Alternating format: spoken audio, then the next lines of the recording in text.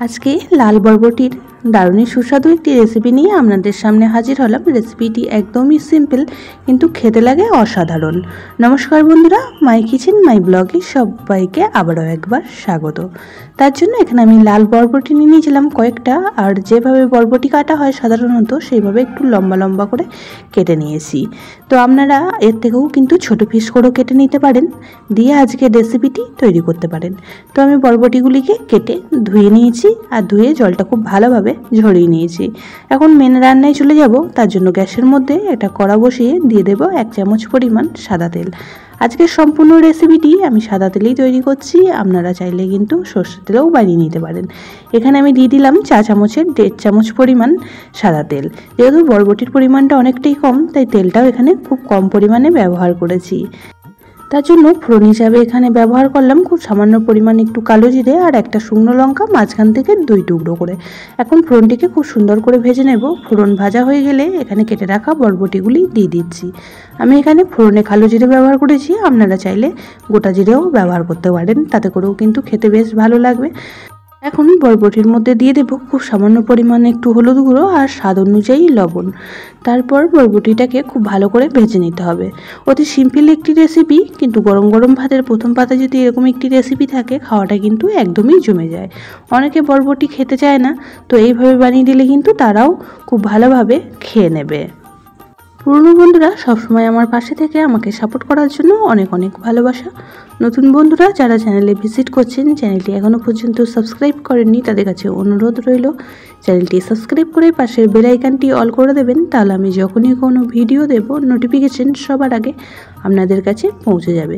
লবণ হলুদ দিয়ে খুব ভালো করে নাড়াচাড়া করে 2 মিনিট সময়ের জন্য ঢাকা চাপা দিয়ে রান্নাটি করে নিয়েছি। বরবটি সিদ্ধ হতে একটু সময় লাগে, তাই আবারও খুব ভালো করে একবার নাড়াচাড়া করে দিয়ে আবারও ঢাকা চাপা দিয়ে রান্না করে নেব।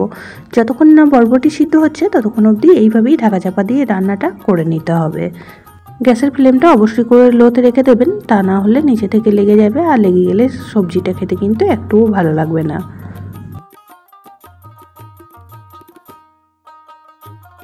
আবারও খুব ভালো করে নাড়াচাড়া করে নিলাম, আর নাড়াচাড়া করে আবারও 2 থেকে 3 মিনিটের জন্য ঢাকা চাপা দিয়ে রান্নাটি করে নিচ্ছি। 2 মিনিট পর ঢাকাটা খুলে এখন অ্যাড করে দিচ্ছি এর মধ্যে বেশ কিছুটা পরিমাণ নারকেল কোড়া। এখানে আমি ড্রাই নারকেল ব্যবহার করেছি, আপনারা চাইলে ফ্রেশ নারকেল কোড়াও এখানে ব্যবহার করতে পারেন। আর অবশ্যই করে আপনাদের হাতের কাছে থাকলে ফ্রেশ নারকেল কোড়াটা দিয়ে আজকের এই বরবটি ভাজার রেসিপিটি বানিয়ে ফেলবেন, খেতে আরও বেশি ভালো লাগবে। নারকেলটা দিয়েও খুব ভালো করে বরবটির সঙ্গে নাড়াচাড়া করে মিশিয়ে নিচ্ছি, আর এইভাবেই কিন্তু 2 থেকে 3 মিনিট রান্নাটা করে নেব। তাহলে নারকেলটাও খুব সুন্দরভাবে ভাজা হয়ে যাবে, আর এই রেসিপিটিও কিন্তু তৈরি হয়ে যাবে। খুব সামান্য কিছু উপকরণ দিয়ে দারুণ স্বাদের একটি রেসিপি তৈরি হয়ে যায়, আর ভাতের প্রথম পাতে কিন্তু থাকলে খাওয়াটা একদমই জমে যায়। খুব ভালো করে নাড়াচাড়া করে মিশিয়ে নিচ্ছে। এখন দিয়ে দিচ্ছি 1/2 চামচ পরিমাণ চিনি।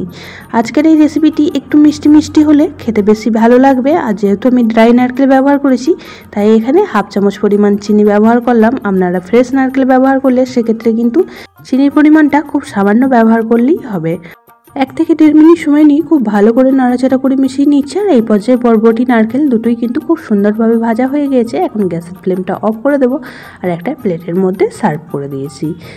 দেখতে যতটাই সুন্দর লাগছে, খেতেও কিন্তু দুর্দান্ত হয়েছিল। যারা এখনও পর্যন্ত এইভাবে বরবটি ভাজা বানিয়ে খাননি, তারা অবশ্যই করে একদিন এইভাবে বানিয়ে খেয়ে দেখবেন, খেতে অসাধারণ লাগবে। আজকের সিম্পল রেসিপি আপনাদের কেমন লাগলো কমেন্ট বক্সে অবশ্যই জানাবেন। বেশি ভালো লেগে থাকলে একটা শেয়ার করে দেওয়ার অনুরোধ রইল। সবাই খুব ভালো থাকবেন, সুস্থ থাকবেন। আবারও দেখা হচ্ছে অন্য কোনো ব্লগ বা রেসিপির সাথে। ততক্ষণের জন্য সবাইকে টাটা।